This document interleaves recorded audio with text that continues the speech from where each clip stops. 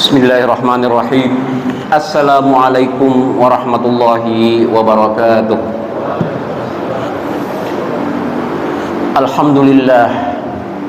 Alhamdulillahilladzi ja'ala ramadhana sayyidash syuhur wa farada fihi as-siyam liman amana billah. Asyhadu an la ilaha illallah wa asyhadu anna sayyidana Muhammadan abduhu wa rasuluh. Allahumma fassalli wa sallim wa barik ala sayyidina Muhammadin wa ala alihi wa sahbihi ajma'in. Wa ba'd. Qala Allah Ta'ala fil Qur'anil Azim, a'udzu billahi minasy syaithanir rajim. Bismillahirrahmanirrahim. Ya ayyuhalladzina amanu kutiba 'alaikumus syiyam kama kutiba 'alal ladzina min qablikum la'allakum tattaqun. Wa qala Rasulullah sallallahu alaihi wasallam, sumu li ru'yatihi wa aftiru li ru'yatihi. Shadaqallahul azim wa sadaqa rasulun nabiyil karim wa nahnu ala zalika minasyahidin wasyakirin walhamdulillahi rabbil alamin. Kaum muslimin jemaah Jumat yang dirahmati Allah, kaum muslimin sidang jemaah tarawih yang dirahmati Allah Subhanahu wa taala. Ini karena hari Jumat juga tadi ya.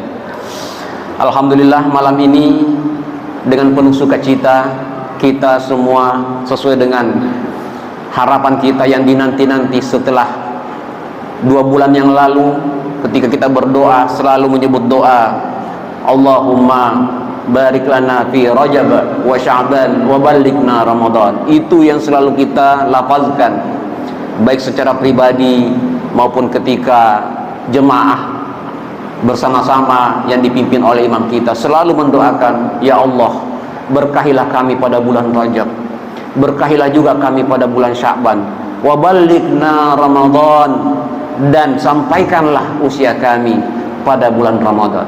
Nah, malam ini alhamdulillah setelah para pemimpin kita, para ulama kita, para umara kita telah bersidang membahas mengenai posisi bulan, posisi hilal dengan dalil-dalil yang terkait, dan pemerintah memberikan keputusan bahwa besok atau malam ini adalah jatuh pada tanggal 1 Ramadan. Alhamdulillah. Dalam hal ini hadirin sekalian, tidak ada yang bisa kita lakukan kecuali sami'na wa ata'na, sebagaimana firman Allah Subhanahu wa taala, ya ayyuhalladzina amanu atiullaha wa atiur rasul wa ulil amri minkum. Wahai orang-orang beriman, taatlah kepada Allah dan taatlah kepada Rasulullah dan taat juga kepada pemimpin-pemimpin kalian. Pemimpin kita sudah menetapkan bahwa besok atau malam ini adalah 1 Ramadan. Karena itu malam ini kita akan melaksanakan Qiyamu Ramadan, dan esok kita akan melaksanakan puasa Ramadan atau Siyamu Ramadan. Marhaban ya Ramadan, marhaban ya Ramadan. Selamat datang bulan yang penuh rahmah, bulan yang penuh berkah. Semoga selama 1 bulan ini kita dapat bersanding, kita dapat bersama selalu dalam mengisi hari-hari dan malam-malam dengan penuh ibadah, penuh keikhlasan kepada Allah Subhanahu wa taala.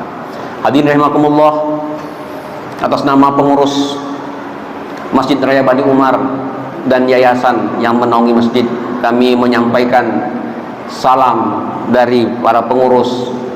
Selamat memasuki bulan suci Ramadan, selamat beribadah di bulan suci Ramadan. Dan kami Masjid Bani Umar menyiapkan atau bersiap diri untuk memfasilitasi Bapak Ibu sekalian dalam amalan-amalan ibadah, baik ibadah puasa, ibadah tarawih, dan juga ibadah-ibadah lainnya, tadarus dan konsultasi dan apapun yang merupakan kebutuhan daripada umat Islam.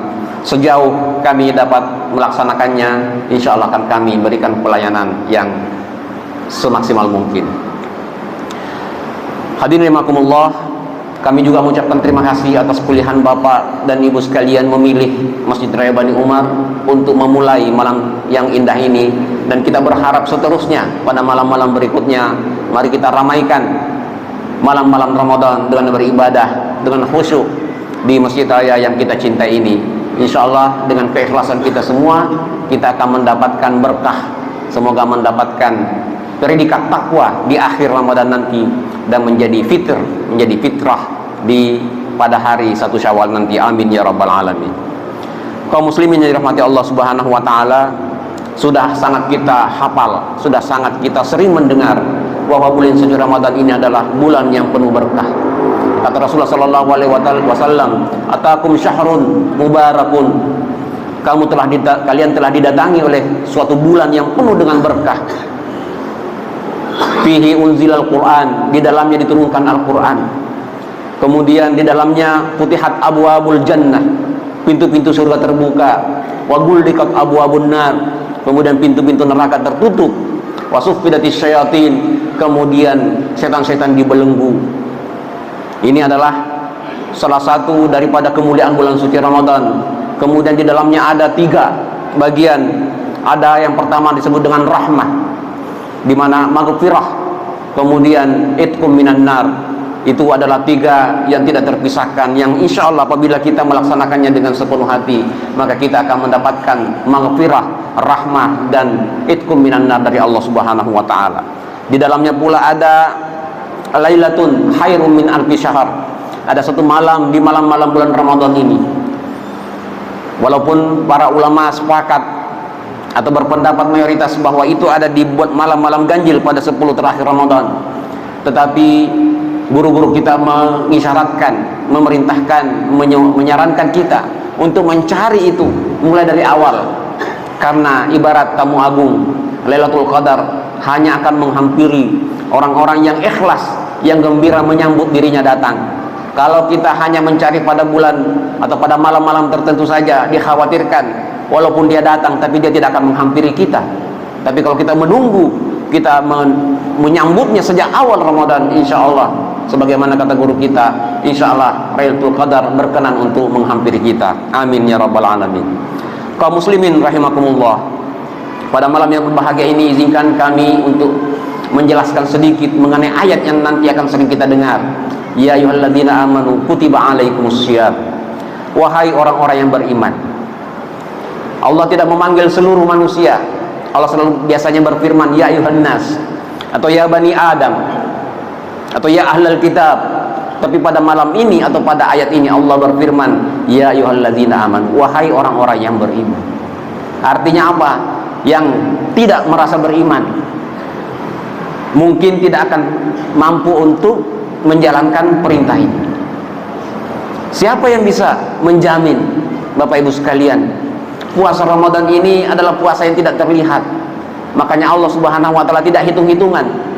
Kalau kita membaca Al-Quran, setiap huruf ada hitungan pahalanya. Kalau kita berimpak dan bersedekah, setiap rupiah ada hitungannya, mulai dari 10 kali sampai dengan 700 kali lipat. Tetapi puasa ini karena tidak kelihatan, bisa saja Bapak Ibu sekalian, siapa yang bisa memantau Bapak Ibu atau anak-anakku sekalian, adik-adik kita remaja, ketika nanti siang hari, tengah hari bolong, ya, panasnya, diam-diam masuk ke kamar mandi, kemudian menengguk minuman berenergi atau minuman yang manis-manis, siapa yang tahu? Tetapi karena kita tidak ada yang berani melakukan itu. Saya perhatikan betul anak-anak kita tidak ada yang berani begitu. Anak-anak muda kita, pemuda-pemuda kita tidak ada yang begitu. Orang tua juga tidak begitu. Kenapa? Karena semua sudah masuk dalam lingkaran ya ayyuhalladzina amanu, yang mempercayai betul bahwa Allah Subhanahu wa taala senantiasa memperhatikan kita.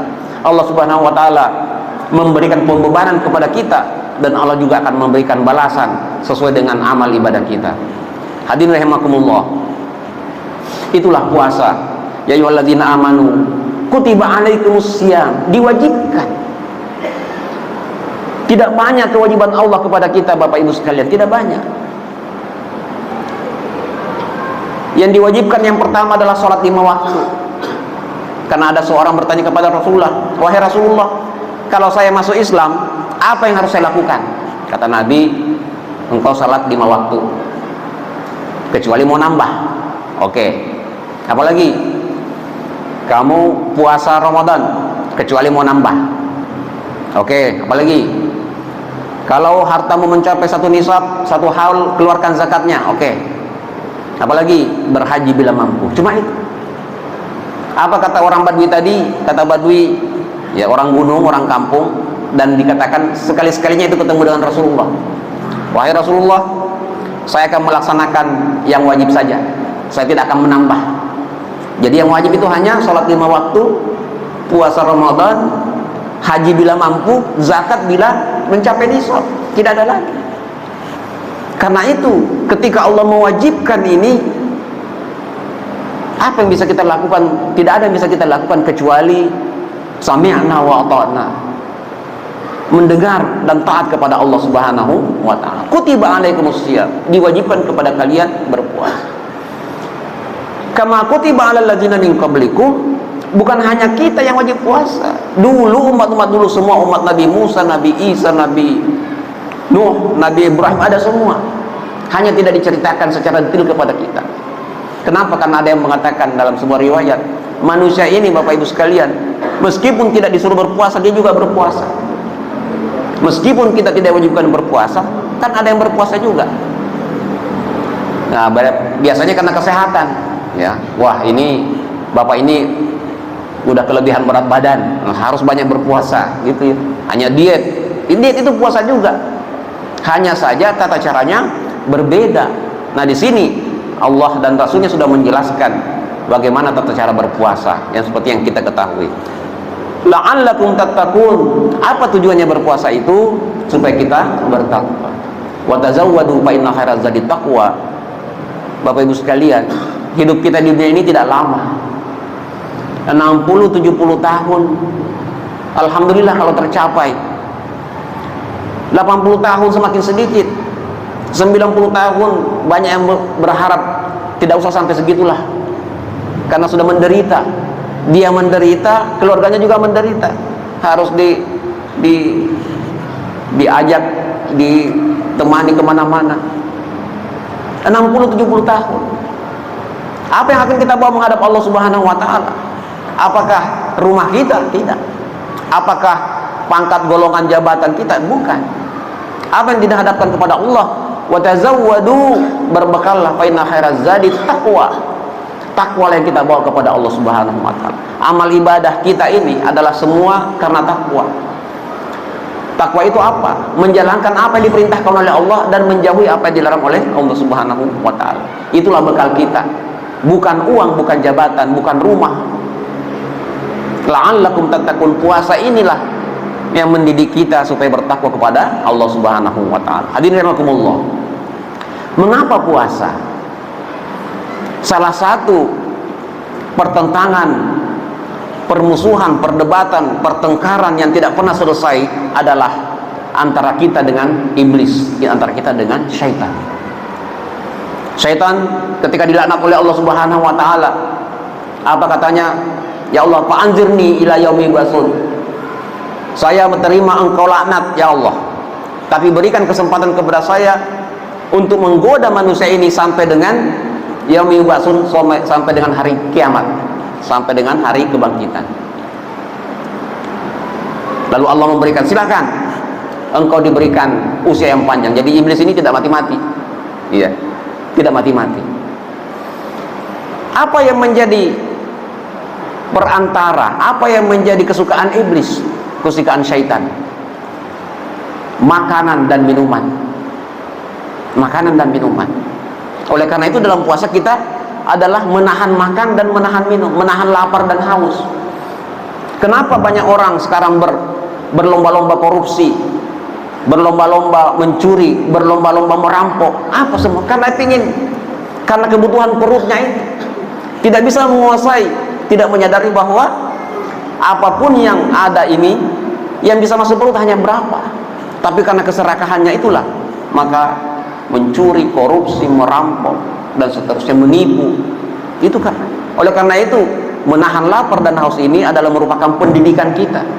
Bagaimana Allah Subhanahu wa taala, hai manusia, itu adalah caramu menghindari syaitan.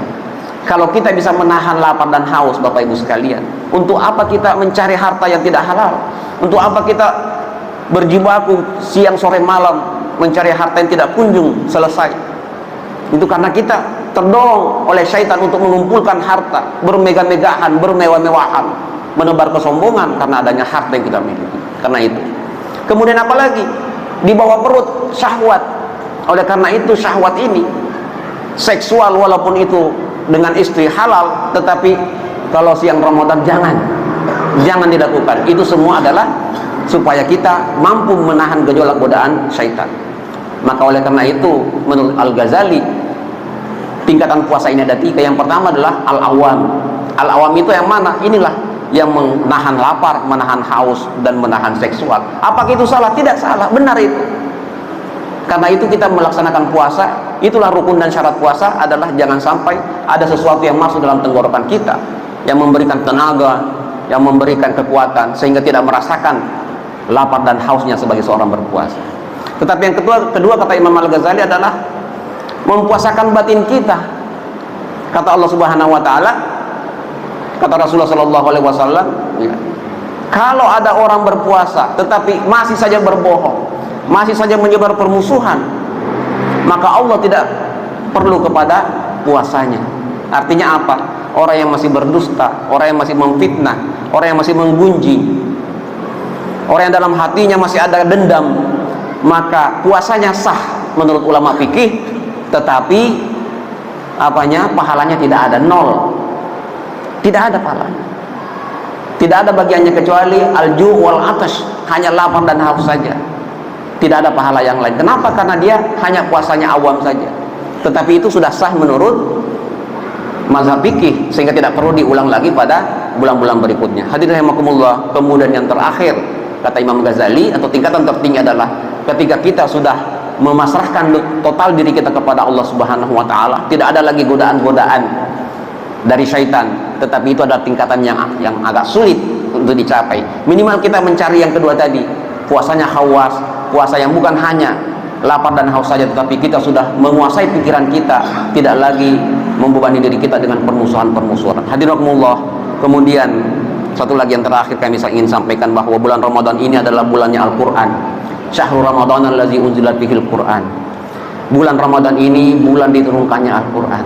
Kalau ada yang bertanya, kenapa puasanya di bulan Ramadan? Kenapa bukan Rajab, bukan Syawal, bukan yang lain? Karena pada bulan Ramadan ini diturunkan Al-Quran. Karena Al-Quran adalah firman Allah Subhanahu wa taala, maka kita menghormati bulan ini dengan perintah puasa. Jadi salah satu hikmah atau nama bulan daripada bulan Ramadan adalah bulannya Al-Quran. Oleh karena itu, pada bulan 30 hari ke depan, Bapak Ibu sekalian, gunakanlah waktu sebaik-baiknya untuk berinteraksi dengan Al-Quran. Bagi kita yang masih Iqra, tuntaskan Iqra. Bagi kita yang sudah tajwid, tuntaskan tajwid. Bagi kita yang sudah lancar, menghafallah sebanyak-banyaknya. Insya Allah, mudah-mudahan bulan suci Ramadan ini menjadi bulan yang berkah bagi kita dan bulan Al-Quran, sehingga pengamalan kita, pemahaman kita terhadap Al-Quran semakin meningkat. Hadirin rahimakumullah, mudah-mudahan bulan suci Ramadan ini menjadikan kita manusia yang lebih baik, manusia yang lebih takwa, manusia yang lebih dekat kepada Allah Subhanahu wa taala, manusia yang lebih mengamalkan Al-Quran, sehingga insya Allah dalam 30 hari ke depan kita akan terlahir kembali sebagai manusia-manusia baru yang siap untuk berbakti kepada Allah Subhanahu wa taala, kepada agama kita dan kepada bangsa kita. Amin amin ya rabbal alamin. Mudah-mudahan bermanfaat. Hadanallahu wa iyyakum ajma'in. Wassalamualaikum warahmatullahi wabarakatuh.